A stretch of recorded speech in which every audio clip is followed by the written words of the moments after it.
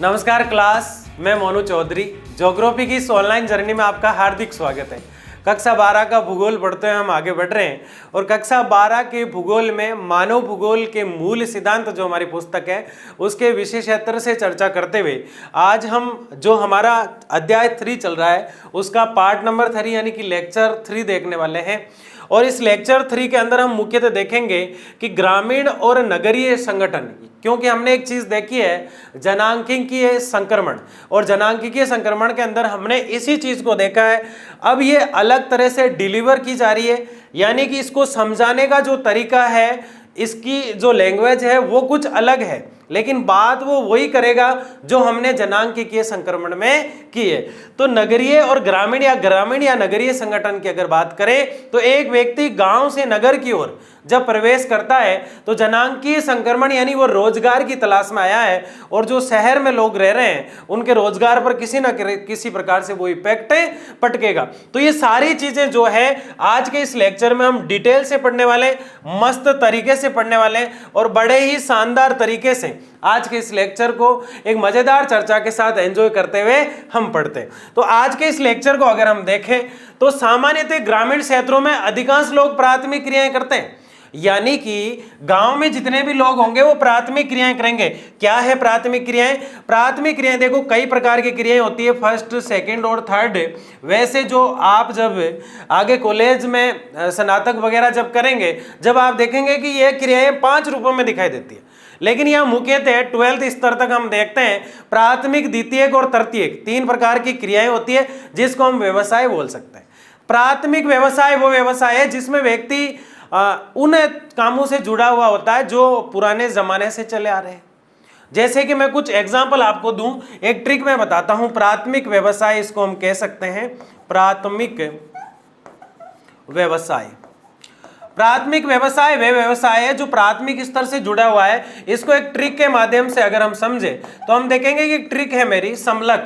समलक में यहाँ जो स है इसका मतलब है संग्रहण, यानी इसके अंदर मानव जब आदिमानव हुआ करता था, जंगलों में रहा करता था, उस समय मानव फल फूल, कंदमूल वगैरह, पत्ते वगैरह, जो जड़े वगैरह आदि सब इकट्ठी करके खाया करता था। तो वो फल फूलों का जो संग्रहण है वो प्राथमिक व्यवसाय में आता था। और आपने देखा यहाँ लिखा है गांव के लोग जो होते हैं या फिर जंगलों में या पहाड़ों में या नदी या झीलों के किनारे जो लोग रहते हैं वो लोग प्राथमिक व्यवसाय करेंगे, क्योंकि उनके पास लैपटॉप तो होगा नहीं जंगल में, या फिर किसी प्रकार के कोई टेक्नोलॉजी और प्रौद्योगिकी का विकास अब तक पूरी तरह से डेवलप नहीं हुआ है। हालांकि आज अमेरिका के तौर पर हम देखें तो आज जो बर्फीले क्षेत्रों में जो लोग रहते हैं वो सलेज गाड़ी की जगह, यानी जिसे कुत्ते और रेडियर खींचा करते थे, उस सलेज गाड़ी की जगह वो लोग आज विक्टर स्कूटर का प्रयोग करते हैं। बर्फ के अंदर सलेज गाड़ी होती है जो बर्फ के अंदर चला करती है। तो आज इनका जो है मॉडर्न टाइम आ रहा है, लेकिन शुरुआत में अगर हम देखें जितने भी जनजातीय लोग थे,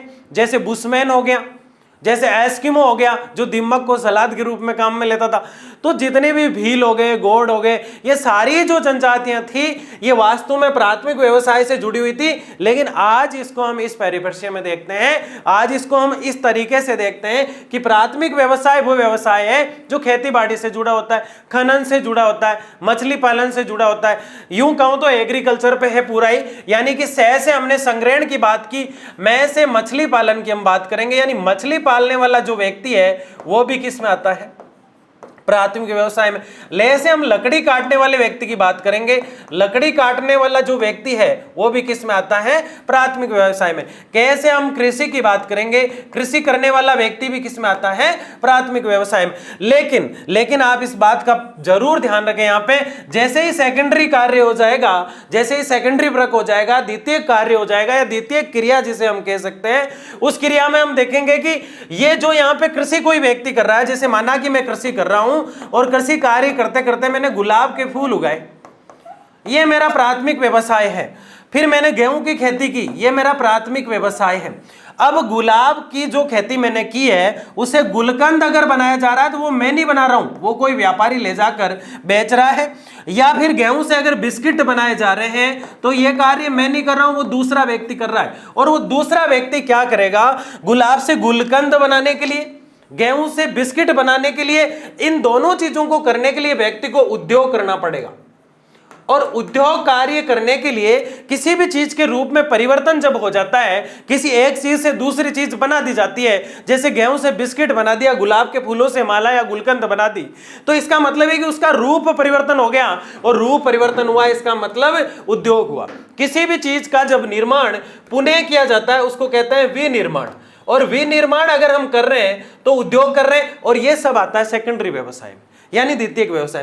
तृतीयक व्यवसाय के अंदर वो सारे लोग जो आ जाते हैं जो कंसल्ट करते हैं या फिर सेवा का कार्य करते हैं, जैसे मैं एक शिक्षक हूं, एक डॉक्टर होगा, एक वकील होगा, वो सब इस व्यवसाय में आएंगे। यानी मेरा प्रयास ये रहा कि ग्रामीण क्षेत्रों में लोग प्राथमिक व्यवसाय करते हैं, क्योंकि गांव में कोर्ट नहीं होता, वकील का कोई काम नहीं है, तो इसका मतलब ये लोग ज्यादा कहां देखने को मिलेंगे। एक दो वकील गांव में हो सकता है अपवाद के तौर पे, एक दो शिक्षक भी गांव में हो सकते हैं, लेकिन अधिक ज्यादा शिक्षकों की जो टोली या फिर शिक्षकों का जो काफिला होगा वो कॉलेज और यूनिवर्सिटीज या स्कूल्स वगैरह जो सिटी में, शहर में, नगरों में ज्यादा हुआ करती है, वहां ज्यादा देखने को मिलता है। लेकिन क्या आपने ये देखा, एक मछली पकड़ने वाला व्यक्ति, एक खेती करने वाला व्यक्ति या फिर एक फल फूलों का संग्रहण करने वाला व्यक्ति कभी भी नगर में नहीं रहेगा, क्योंकि वो गांव में रहेगा। तो इसलिए इस बात का ध्यान रखें, गांव जो होते हैं वो प्राथमिक व्यवसाय वाले होते हैं, और नगर जो होते हैं उनके अंदर खनन वगैरह जो है वो प्राथमिक व्यवसाय में आ जाता है। लेकिन गांव खनन जो है वो जमीनी जो मैदान होते हैं उनमें किया जाता है, इसको भी प्राथमिक व्यवसाय में डाला जाता है। लेकिन नगरों में जो व्यवसाय होता है वो मुख्यतः उद्योगों का, यानी विनिर्माण का, यानी सेकेंडरी और तृतीयक यानी कि तीसरे सेक्टर से लोग जुड़े होते हैं। यानी कि दूसरा व्यवसाय जिसे हम द्वितीयक व्यवसाय कह सकते हैं, और तृतीयक व्यवसाय मतलब तीसरा व्यवसाय की क्रिया है, ये दोनों जो व्यवसाय है इसमें हम ये देख रहे हैं कि एक में तो लोग विनिर्माण यानी उद्योग कर रहे हैं तो नगरों में रहेगा, दूसरे के अंदर हम ये देख रहे हैं कि लोग जो है या तो वकील है या शिक्षक है या फिर वैज्ञानिक है, वो जो लोग होंगे वो तीसरे में होंगे, वो भी शहर में रहेंगे। तो इसके अंदर सामान्यतः ग्रामीण क्षेत्रों में अधिकांश लोग प्राथमिक क्रियाओं से जुड़े होते हैं। कुछ प्राथमिक क्रियाओं की बात हमने की, लेकिन ये कुछ लिख रहे हैं तो आप इसका भी ध्यान रखें। एग्रीकल्चर किस में आता है, वानिकी, मुर्गी पालन वगैरह, मत्स्य यानी मछली पालन, खनन, किसी भी वस्तु को खोद कर प्राप्त करना खनन कहलाता है। और अंदर से जो चीज निकलती है वो संसाधन होती है, और संसाधन आगे जाके खनिज बना करता है। यानी कि प्रत्येक संसाधन जो होता है वो खनिज नहीं बन पाता, लेकिन जो खनिज होता है वो कभी ना कभी संसाधन जरूर होता है। जैसे जल एक संसाधन है लेकिन कभी भी खनिज नहीं बन पाया, लेकिन लोहा जो है, तांबा जो है, सोना जो है, चांदी जो है, ढेर सारे ऐसे कई अयस्क है। जो कच्चा जो धातु होता है उसको हम अयस्क के नाम से जानते हैं, लेकिन वो जब पिघलाकर उसको मजबूत बना दिया जाता है, जब वो इस्पात हो जाता है। इस पे हम बात करेंगे लोहे के उदाहरण से। लेकिन यह हम देख रहे हैं कि किसी भी प्रकार से किसी भी वस्तु को खोदकर प्राप्त किया जाता है तो इसकी प्रक्रिया जो है खनन कहलाती है। अंदर से जो कुछ भी निकला संसाधन है, और सारे संसाधन खनिज नहीं बन पाते, इस बात का ध्यान रखना है। कुछ संसाधन जो होते हैं खनिज बन पाते हैं, लेकिन प्रत्येक खनिज जो खनिज बना है वो कभी ना कभी संसाधन था। तो इस बात का ध्यान हमें रखना है। तो कृषि, वानिकी, मत्स्य और खनन आदि व्यवसायिक गतिविधियां में संलग्न रहते हैं। इनका मतलब यह है, यानी कि आज हम अगर नगर से गांव के बीच के इस अंतर को समझ रहे हैं कि गांव के लोग शहर में जाकर क्यों रहना पसंद करते हैं, तो हमें पहले यह पता होना चाहिए कि वो गांव में क्या कर रहे थे। गांव में प्राथमिक व्यवसाय कर रहे थे, जो सारी डिटेल्स हमने देखी। अब शहर में जाके वो क्या करेंगे, यहां तो देखो संलग्न मतलब अपने ही हाल में मस्ती से संलग्न यानी लगे हुए रहते थे। किस कार्य में, इन कार्यों में जो प्राथमिक व्यवसाय में थे। जबकि नगरीय क्षेत्रों में अधिकांश लोग गैर प्राथमिक का मतलब ये प्राथमिक नहीं है।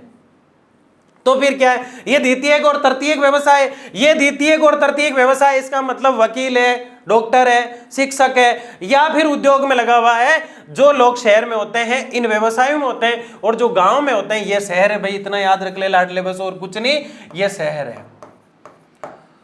अब इतना डिप्रेशन में ना आओ, सीधी सी बात है, सिंपल सी बात है, और बिल्कुल आराम से समझ में आने वाली बात है। द्वितीयक और तृतीयक व्यवसाय हमेशा और हमेशा शहर में होगा, जबकि प्राथमिक व्यवसाय हमेशा और हमेशा कहाँ होगा, गांव के अंदर होगा।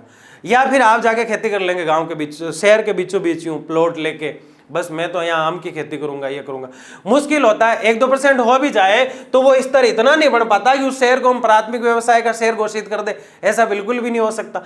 अगर हम आगे देखें, जैसे हमने जिस प्रकार प्राथमिक व्यवसाय में समलक ट्रिक से सारी चीजें पढ़ी, वैसे ही द्वितीयक व्यवसाय के अंदर भी ढेर सारी चीज आती है। हमने बताया पहले आपको विनिर्माण, यानी किसी भी चीज का पुनः उत्पादन करके या उसके रूप में परिवर्तित करके उसे रूपांतरित कर दिया जाता है।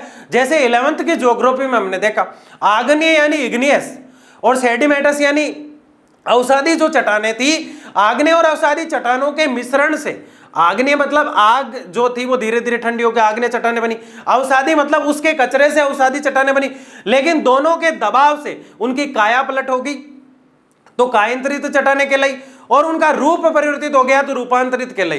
ठीक उसी प्रकार से एक अगर जो है सेव जो एप्पल जो है वो खेत के अंदर है, प्राथमिक व्यवसाय है, और उस एप्पल को शहर में लाकर एक व्यापारीकरण के तौर पर देखा जाता है, जब वो किस में आ जाता है, द्वितीयक व्यवसाय में आ जाता है। उसका विनिर्माण यानी दोबारा उसको सेल किया जाता है। निर्माण, व्यावसायिक परिवहन, टेम्पो, ऑटो वगैरह जितने भी लोग परिवहन का कार्य करते हैं वो सब इसमें आ जाते हैं। संचार, सूचना, देखो सूचना और संचार दो अलग अलग चीज है। सूचना ये भी शहर में होती है तो इसका मतलब क्या गांव में होती ही नहीं है, ज्यादा मात्रा में कहां है, शहर में। सूचना जो है वो संचार जो एक माध्यम है, सूचना जो बात एक्चुअल में हमें पहुंचानी है वो सूचना होती है, संचार उसका माध्यम होता है। और ये एक बार प्रैक्टिकल में पूछा गया तो ये कई बार पूछ लिया जाता है कि सूचना और संचार में क्या अंतर है, तो हमें ये करना है, ध्यान रखना है इस चीज का।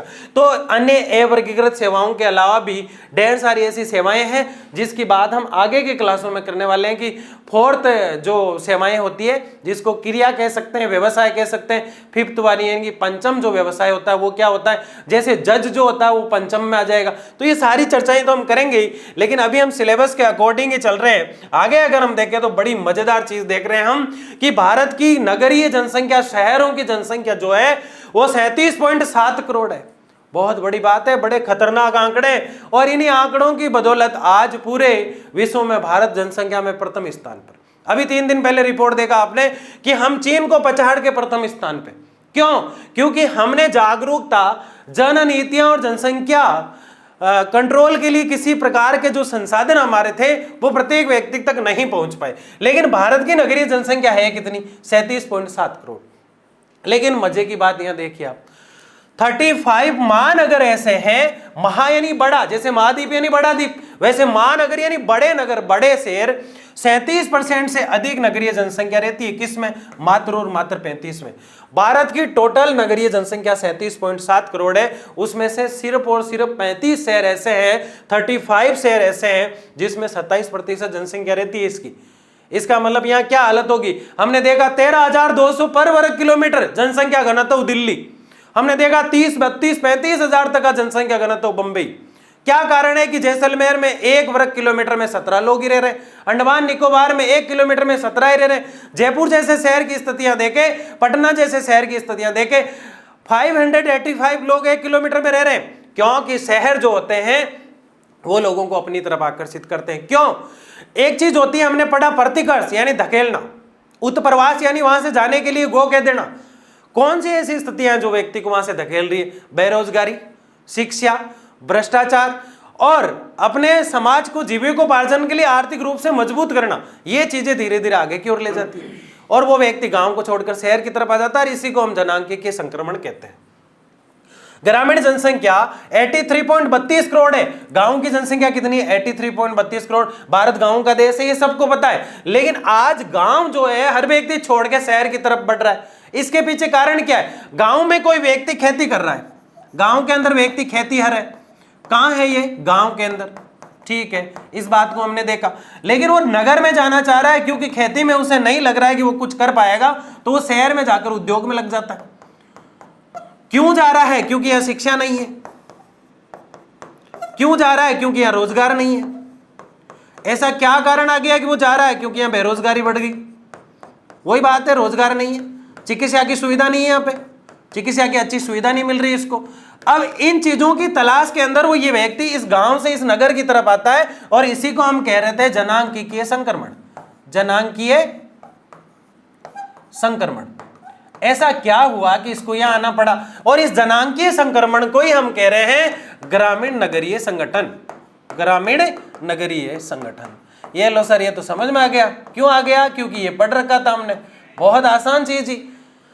अब ये जो है तृतीयक व्यवसाय में लगा रहता है शहरों का लोग, और गांव के लोग गौण मतलब कम, गौण मतलब कम लोग ही ऐसे होते हैं जो तृतीयक व्यवसाय। मैं ये नहीं कह रहा हूं ऐसा टेबल पे चढ़ के डांस मत करना शुरू कर देना कि मैंने कह दिया कि गांव में तृतीयक व्यवसाय होता ही नहीं है, गौण होता है, कम होता है। मैंने कहा 1-2 शिक्षक हो सकता है, 1-2 डॉक्टर हो सकता है, 1-2 वकील हो सकता है। क्या आपने कभी शिक्षकों का, वकीलों का काफिला गांव में रोजगार करते हुए दिखा?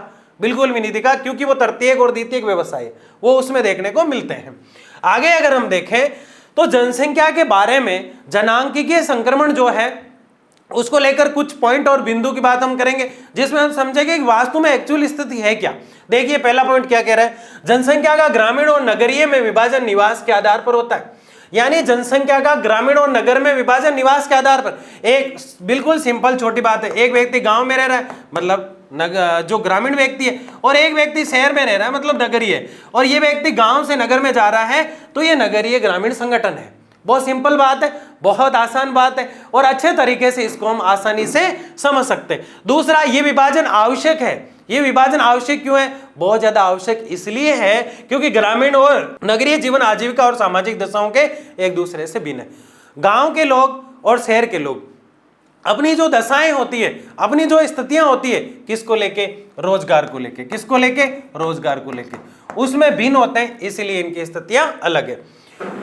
तीसरा पॉइंट कह रहा है ग्रामीण और नगरीय क्षेत्रों में आयु, लिंग, संगठन, व्यवसायिक संरचना जनसंख्या का घनत्व तथा विकास के स्तर पर अलग होते हैं। यानी गांव और नगर के क्षेत्रों में आयु, लिंग, संगठन, व्यवसाय संरचना, जनसंख्या का घनत्व सब अलग होते हैं। कैसे अलग होते हैं? ये तीनों चीजें हम जो है बहुत डिटेल से दूसरे और तीसरे चैप्टर के अंदर बात करते हैं, लेकिन यहां अगर हम देखें तो आयु लिंग के और आयु लिंग संगठन का मतलब है 3 एज ग्रुप हमने देखे हैं, 0 से 14, 15 से 59 और 60 से ऊपर। ये तो बच्चे थे, ये बूढ़े थे, और ये जो थे 60 से ऊपर वाले ये वो व्यक्ति थे जो बुजुर्ग है, ये युवा है। अब इस वर्ग की और इस वर्ग की जिम्मेदारी दोनों की किस पे थी? युवाओं पे थी। युवाओं पे पूरी तरह से जिम्मेदारी होने के कारण हमने ये देखा कि युवा जो है वो दबाया गया, क्योंकि उसके ऊपर छोटे बच्चे जो होते हैं वो युवा पे डिपेंड होते हैं, और बुजुर्ग जो होते हैं वो भी युवा पे डिपेंड होते हैं। तो इस प्रकार से जो है आयुलिंग संगठन की बात हम कर रहे हैं, लेकिन बात ये देखना है कि गांव और नगर दोनों में आयुलिंग संगठन व्यवसायिक संरचना क्या है। तो हम बार बार एक चीज को देखने से कोई मतलब नहीं है। हमने ये देखा कि गांव में शिक्षा नहीं होती, रोजगार नहीं होते, चिकित्सा नहीं होती, इसकी तलाश में व्यक्ति शहर की तरफ आता है, तो शहर में भीड़ बढ़ेगी और गांव में कम होगी, तो जनसंख्या का घनत्व कहां ज्यादा होगा? शहर में ज्यादा हो जाएगा, गांव में क्या होगा? कम हो जाएगा। यहां कम और यहां ज्यादा। ठीक है, व्यवसायिक संरचना कैसी होगी? यहां तो ये खेती कर रहा था जब तक कहां था? गांव में, और यहां आकर ये क्या करने लग गया? यहां आकर ये उद्योग में लग गया। तो ये चीजें बार बार डायग्राम बनाए तो समय बहुत जाता है, इसलिए आपको ध्यान रखना है। ये तीनों चीजें हमने देखी और बहुत अच्छे से इनको समझा। अगर चौथे वाले पॉइंट की अगर हम बात करें तो चौथे पॉइंट के अंदर हम वही चीजें रिवर्स देखेंगे, लेकिन बात समझने का फेर जो है वो ये है, यद्यपि ग्रामीण और नगरीय जनसंख्या में अंतर करने के मापदंड एवं देश दूसरे देश में भिन्न होती है। अब ये स्थिति जो मैं आपको बता रहा हूं कि गांव के लोग शहरों की तरफ जा रहे हैं, लेकिन कुछ कंट्रीज ऐसी हैं जहां शहर के लोग गांव में रहना पसंद करते हैं। हमने कोविड के अंदर देखा, कोविड-19 में, कि शहर के लोग गांव की तरफ भागे जा रहे थे। वो रोजगार के लिए नहीं, वो चिकित्सा के लिए नहीं, अपने जीवन की एक जीवन प्रत्याशा, जीवन जीने की आस के अंदर। तो कई देशों में ऐसी स्थितियां जब हो जाती है तो हमेशा बनी रहती है, तो ऐसे में लोग कहां पसंद रहना करते हैं? गांव के अंदर रहना पसंद करते हैं। सामान्य रूप से ग्रामीण क्षेत्रों में वे होते हैं जिनमें लोग प्राथमिक क्रियाओं में संलग्न होते हैं, यानी दैट्स अ रिपीट। सारी चीजें रिपीटेशन में क्यों आ रही है? क्योंकि देखो ये आ रहा है कि जिनमें लोग प्राथमिक व्यवसाय, यानी इस चीज को या तो हम फिर डायग्राम से समझे, या फिर जो डायग्राम हमने बनाया उसको हम रिवर्सली माइंड में वापस कैचअप करें कि एक व्यक्ति गांव के अंदर व्यवसाय कर रहा है, प्राथमिक व्यवसाय है, एक व्यक्ति शहर में कोई भी काम कर रहा है, द्वितीयक व्यवसाय। कोई भी काम से मतलब है कि वो उद्योग के अंदर लगा हुआ है, परिवहन का काम कर रहा है, संचार का काम कर रहा है, या फिर शिक्षा के क्षेत्र में या फिर चिकित्सा के क्षेत्र में, वो द्वितीयक व्यवसाय होगा, उद्योग में वगैरह में। लेकिन तृतीयक व्यवसाय जो है वो तो बहुत इंपॉर्टेंट था, मैंने बताया, उसमें हाई लेवल की चीजें आती है, लेकिन दोनों समझ में आते हैं तो तृतीय आराम से समझ में आ जाता है। विनिर्माण नाम बोलो तो द्वितीय है, उद्योग किया जा रहा है। लेकिन तृतीयक व्यवसाय की अगर मैं बात करूं तो तृतीयक व्यवसाय बिल्कुल सिंपल है, शिक्षा, चिकित्सा और वैज्ञानिक। और प्राथमिक व्यवसाय खेती बाड़ी, बस इतना याद रखना। तो प्राथमिक क्रियाओं में संलग्न होते हैं कार्यशील जनसंख्या, और गैर प्राथमिक क्रियाओं में संलग्न होती है किस जगह, शहरों के अंदर। तो ये चीज भी हमने देखी। 6 वाला पॉइंट कह रहा है कनाडा और फिनलैंड जैसे पश्चिम यूरोपीय देशों में ग्रामीण और नगरीय लिंग अनुपात में अंतर अफ्रीकी एशियाई देशों में क्रम से जिम्बाब्वे तथा नेपाल के ग्रामीण और नगरीय लिंग अनुपात के विपरीत है।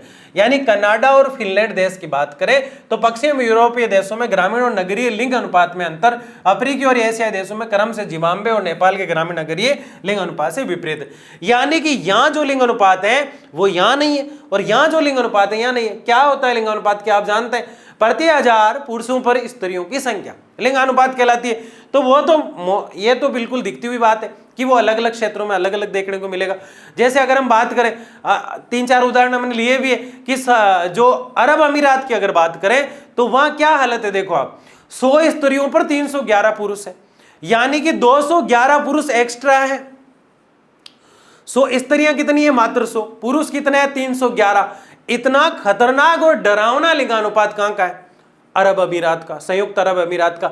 लेकिन अगले ही पल हमें एक खुशी का फील हो जाता है, एक अच्छा लगने वाला माहौल बन जाता है जब हम लेटविया, जिसे लताविया भी कहते हैं, उसका लिंगानुपात जब हम देखते हैं तो हम देखते हैं कि वहां का लिंगानुपात जो है 100 जो पुरुष है 100 स्त्रियां जो है उन पर पुरुषों की कमी है 85 पे। लेकिन हम दूसरे की बात क्यों करें, अपने घर की बात करें। घर की बात करें तो हमने ये देखा कि अपना बेचारा भोला डाला खेती बाड़ी से जुड़ा हुआ हरियाणा, वहां का लिंगानुपात 879 यानी 879 है। जबकि केरल जो है लिंगानुपात अपने आप को बहुत डेवलप कर चुका है। एक ही देश के अंदर इस तरह का माहौल, इस तरह की स्थितियां और इस तरह का जो क्राइटेरिया हमें देखने को मिलता है, उसे तो यही लगता है कि लिंगानुपात को बहुत जल्द सुधारना चाहिए। पूरे भारत में 17 राज्य और केंद्र शासित प्रदेश ऐसे हैं जिनका लिंगानुपात कंट्रोल में यानी अच्छी स्थिति में है, बाकी का पूरा ही डगमग है। आगे अगर हम देखें तो ये पॉइंट कह रहा है 7वां, पश्चिम देशों में ग्रामीण क्षेत्रों में स्त्रियों की अपेक्षा पुरुषों की संख्या अधिक है पश्चिम देशों में, और अपना भारत भी इसी स्थिति से गुजर रहा है, स्त्रियों की कमी और पुरुषों की अधिकता। इसलिए भारत का जब लिंगानुपात निकाला जाता है तो आपने देखा था स्त्री बटे में पुरुष मल्टीप्लाई 1000, जबकि किसी भी और कंट्री का जब हम निकाल रहे थे तो वहां क्या कर रहे थे, स्त्री को नीचे और पुरुष को ऊपर रख के निकाल रहे थे, क्योंकि वहां पुरुषों को मायना दिया जाता है। हमारे देश में ये हालत है तो पश्चिम देशों कई देशों की ऐसी हालत है, पुरुषों की अपेक्षा संख्या अधिक है, जबकि नगरीय क्षेत्रों में स्त्रियों की संख्या पुरुषों की अपेक्षा अधिक है। नगरीय क्षेत्र में स्त्रियों की संख्या पुरुषों की अपेक्षा अधिक है। क्यों? क्योंकि पुरुष कहीं बाहर गया है, काम करने के लिए गया है, या फिर बाहर रह रहा है, अपनी आवासीय स्थितियां वहां बना ली है, समय पे घर नहीं पहुंच पाता है, यही कारण है। बाकी ऐसा नहीं है कि लिंगानुपात गाँव का अच्छा हो गया। गाँव में तो और ज्यादा है दृष्टि से देखा जाता है महिलाओं को। घर में अगर लड़का होता है ताली बजाई जाती है, ढोल बजाया जाता है, नगाड़े बजाए जाते हैं। जब लड़की होती है तो ऐसे खामोशी सी आ जाती है, कोई आप जैसा बधाई देते ना उसका सिर फोड़ देते हैं।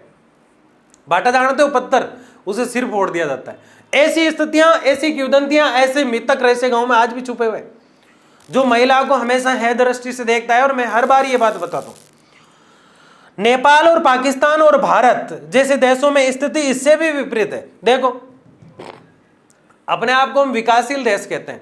एक होता है विकसित देश जिसके अंदर सारी सुविधाएं होती है, अपने आप में सक्षम होता है, और एक देश होता है विकासशील जो सक्षम होने की ओर जा रहा है। जैसे देश में स्थिति इससे विपरीत है, यानी भारत, नेपाल और पाकिस्तान, वास्तव में यहाँ के हालात और हालत दोनों खराब है। आपको मुख्यतः नगरीय और ग्रामीण संगठन समझ में आ जाना चाहिए। पॉइंट तो मैं आपको और ज्यादा डिटेल से और अच्छे से समझाने के लिए ले रहा हूँ। नगरीय क्षेत्रों में रोजगार के अवसरों की अधिक संभावनाओं के कारण ग्रामीण क्षेत्रों में महिलाओं के आगमन के परिणाम स्वरूप यूरोप, कनाडा और संयुक्त राज्य अमेरिका के नगरीय क्षेत्रों में महिलाओं की अधिकता है। नगरीय क्षेत्रों से रोजगार के अवसरों की तलाश में कनाडा, यूरोप में अगर आप देखेंगे तो गांव के जो लोग थे, गांव की बात क्यों करें, अपने भारत के बहुत से लोग गए तो पुरुष वहां रोजगार की तलाश में चले जाया करते। तो कोई व्यक्ति गांव से अगर कनाडा गया है तो वहां तो वो पुरुषों में ऐड हो गया, लेकिन यहां वो घट चुका है। इसका मतलब ये नहीं कि उसने जो है हमारी देश की मृत्यु दर जो है उसको बढ़ाया है। गया नहीं है वो दुनिया छोड़ के, वो तो सिर्फ लिंगानुपात पे असर दिखा रहा है, ये बात आप याद रखें। कृषि भी इन विकसित देशों में अत्यधिक मशीनीकृत है और ये लगभग पुरुष प्रधान व्यवसाय, यानी कृषि भी इन विकसित देशों में अत्यधिक मशीनीकृत है, यानी कि बागान लगे हुए रहते हैं इन क्षेत्रों में, और बागानों में अगर हम देखें तो लगभग पुरुष प्रधान कार्य ज्यादा होता है। आसाम की जैसे खेती है उसी प्रकार से यूरोपीय देश खेती किया करते, तो पुरुष प्रधान व्यवसाय यह ज्यादा देखने को मिलते। अब बड़ी मजेदार चीज हम देखने वाले हैं कि गांव में शहरों की तरफ लोग ज्यादा जाने से पर्यावरणीय समस्या क्या आती है, ऐसी क्या समस्या आती है। नगरीय केंद्रों में जनसंख्या के लगातार बढ़ते रहने एवं औद्योगिकरण के फलस्वरूप पर्यावरण प्रदूषण तथा अवनयन की कई समस्याएं, दोनों चीजों को पकड़ना है, उत्पन्न हो गई है। सबसे ज्यादा प्रदूषण वायु तथा जल में देखने को मिलता है। किसमें? वायु और जल में। महानगरों में प्रदूषण का मुख्य कारण वाहनों और औद्योगिक संस्थाओं द्वारा निःसृत विषैले रसायन है। उद्योग का नाम याद रखें आप। यानी कुछ चीजें हमने पकड़ ली, अब इसको हम डिटेल से पढ़ सकते हैं। यानी कि पर्यावरणीय समस्या, एक गांव का व्यक्ति शहर में जा रहा है, कोई दिक्कत नहीं है, रोजगार मिलेगा, चिकित्सा मिलेगी, शिक्षा मिलेगी, सारी चीजें उसको, सारी सुख सुविधाएं, सूचना, संचार, परिवहन सब मिलेगा उसको। लेकिन वो गांव से जब शहर की तरफ जा रहा है तो शहर में वो समस्याएं पैदा कर देगा। पहली समस्या पैदा कर देगा वो कि पर्यावरण प्रदूषण को बढ़ा देगा। पर्यावरण प्रदूषण यानी कि वाहन वगैरह होता है उसको बढ़ाएगा। दूसरा, अवनयन की समस्याएं, कई चीजों में जो शहर के लोगों को मिल रही थी उसी में से उसको मिलेगी। यानी एक कंपनी के अंदर 8-10 लोग काम कर रहे हैं, 8-10 लोगों में 2 लोग गांव के आगे हैं, तो वो सस्ते में काम करने को रेडी है। तो अवनयन यानी उनकी जो अवनयन मतलब कमी आ जाती है कई चीजों में। तो शहर के जो लोग हैं उनमें अवनयन की समस्या यानी कमी की समस्या, वो रोजगार की कमी को लेकर हो सकती है। जरूरी नहीं है कि शहर में रोजगार की कमी ना पड़े, उद्योगों में भी एक लिमिटेशन होती है, संचार में भी एक लिमिटेशन होती है, सूचना में भी एक लिमिटेशन होती है, शिक्षा व्यवसाय में भी एक लिमिटेशन होती है, हर चिकित्सा व्यवसाय में भी एक लिमिटेशन होती है। इस लिमिटेशन में अगर कमी आती है शहर में तो शहर में अवनयन की समस्या आ जाती है। इसके अलावा ढेर सारी समस्याएं उत्पन्न होती है, वायु तथा जल प्रदूषण, ये बहुत भयंकर समस्या आज की, इसको क्या ही समझूं मैं। महानगरों में प्रदूषण का मुख्य कारण वाहनों, औद्योगिक संस्थान। महानगरों में उद्योगों के अंदर आजकल तो बहुत ऊपर चिमनियां लगाई जाती है जो धुआं निकलने के लिए लगाई जाती है, लेकिन पूरे महानगरों में आप शुद्ध हवा जो है उसका आंकलन अगर देखें, उसकी क्वालिटी अगर देखें तो वो गांव के बजाय बहुत कम मिलती है। गांव का व्यक्ति आज भी 80-90 साल तक जिया करता है क्योंकि उसको शुद्ध हवा मिलती है, बीमारियों से मुक्त होता है। शहरों में बहुत जल्द बीमारियां लग जाती है, इसका मतलब ये नहीं कि शहर बीमारियों का घर है, लेकिन कारण क्या है? औद्योगिक व्यवसाय ज्यादा होते हैं शहरों में, जो इंडस्ट्रियल एरिया होते हैं उनसे जो धुआं निकलता है, वाहनों से जो धुआं निकलता है, इन सब के कारण औद्योगिक संस्थान द्वारा कई विषैले रसायन छोड़े जाते हैं जिससे ये समस्या उत्पन्न हो जाती है। तो इस चीज को भी हमने देखा, इस चीज को भी समझा, लेकिन एक महत्वपूर्ण बात यह है नगरीय क्षेत्र होता क्या है। अब कोई बावड़ा से बावड़ा भोला टाला व्यक्ति वही बता दे नगर क्या होता है। शहर को ही नगर कहा जाता है एक प्रकार से, गांव को ग्रामीण कह दो, शहर को नगरीय कह दो। ग्रामीण और नगरीय संगठन हम देख रहे हैं, फिर भी देख लो आपकी जानकारी के लिए और खुशी के लिए, कहीं ऐसा ना लगे कि सर बताया ही नहीं नगरीय क्षेत्र क्या होता है। तो देखो, नगरीय क्षेत्र एक ऐसे क्षेत्र से होता है जहां पर जनसंख्या घनत्व और मानवीय क्रियाकलाप उस क्षेत्र के आसपास के क्षेत्रों से अधिक होता है। यानी कि नगर वो है जहां बाकी जो क्षेत्र होते हैं उनसे ज्यादा क्रियाकलाप, एक्टिविटी, साधन सुविधाएं, चिकित्सा, स्वास्थ्य व्यवस्थाएं आदि ज्यादा देखने को मिलती है। जैसे आप किसी गांव में रहते हैं तो आपके गांव से बड़ा गांव नगर नहीं होगा, लेकिन आसपास के जितने भी छोटे गांव हैं उनमें जो बड़ा गांव निकल के आ रहा है वही नगर है, और कुछ भी नगर नहीं है। इतना लोड नहीं लेना है, वही नगर है, बस याद रखें। नगरीय क्षेत्र आमतौर पर नगरों, कस्बों, उपनगरीय विस्तारों को सम्मिलित किया जाता है, लेकिन इसमें ग्रामीण क्षेत्रों को सम्मिलित नहीं किया जाता। किसमें सम्मिलित नहीं किया जाता? ग्रामीण क्षेत्रों में। कस्बे, उपनगरीय, देखो एक श्रेणी बनाई हुई रहती है, नगर, महानगर, उपनगर, इस प्रकार से तहसील, जिला मुख्यालय, तो वही नगर कहे जाते हैं। इसका मतलब ये नहीं कि 2 गांव है आसपास में और धीरे से वो टच में आ गए तो उसको नगर घोषित कर दो आप, अपने घर को जिला घोषित कर दो आप, ऐसा नहीं होता है। आगे अगर हम देखें, देखो ये नगर है, ये हालत दिखनी चाहिए आपको, यहाँ बैलगाड़ियां चलती हुई दिखेगी तो क्या होगा? ये गांव होगा। आगे देखिए, और इस चीज को हमने देखा, समझा, और बड़े ही मस्त तरीके से हमने लेक्चर 3 को देखा। अब लेक्चर 4 इसका लास्ट लेक्चर आने वाला है जो साक्षरता पे। आधारित है। साक्षरता क्या होती है, कैसे होती है, बहुत इंपॉर्टेंट टॉपिक है, इसलिए मैंने उसको अलग रखा है, बड़ी डिटेल से पढ़ेंगे। बड़ी शिद्दत के साथ मेहनत करना है। साल की शुरुआत हो चुकी है, एग्जाम जो है उसमें ज्यादा समय नहीं है जितना आप एक साल सोच के चलते हैं, इसलिए जिन बोर्ड के, चाहे यूपी बोर्ड, बिहार बोर्ड के, तो रिजल्ट भी आने वाले हैं। राजस्थान के थोड़े डिले चल रहे हैं, वो भी हो जाएंगे। जैसे ही आपके 11th के एग्जाम होते हैं, 12th के लेक्चर देखना शुरू कर दीजिए, नहीं तो इतना बैकलॉग हो जाएगा आप समझ नहीं पाएंगे कि अब क्या पढ़े। क्योंकि पिछले साल आपकी शिकायत थी कि सर सिलेबस कब होगा, इस बार कहीं आप ये नहीं कह दो कि इतना जल्दी सिलेबस क्यों करा दिया। इसलिए अभी से पढ़ना शुरू कर दो। जिसको कुछ समझ में नहीं आए कमेंट बॉक्स में बताना है, लाइक करना है, शेयर करना है, सब्सक्राइब करना है, और कितने घंटे पढ़ते हो ये कमेंट बॉक्स में जरूर बताना है। और एक बच्चा नाराज हो रहा था, सर लाडले लाडले करते हो, लाडलियां नाराज हो जाती है, तो सारे लाडले लाडलियों को कमेंट करना है, लाइक करना है, शिद्दत से पढ़ाई करना है, कमजोर विद्यार्थियों तक जरूर भेजना है। और आर्ट्स का जो टेलीग्राम चैनल है लर्न एंड शेयर आर्ट्स के नाम से, उसको पक्का आज ही ज्वाइन करना है। बहुत बहुत धन्यवाद, मिलते हैं अगले लेक्चर में।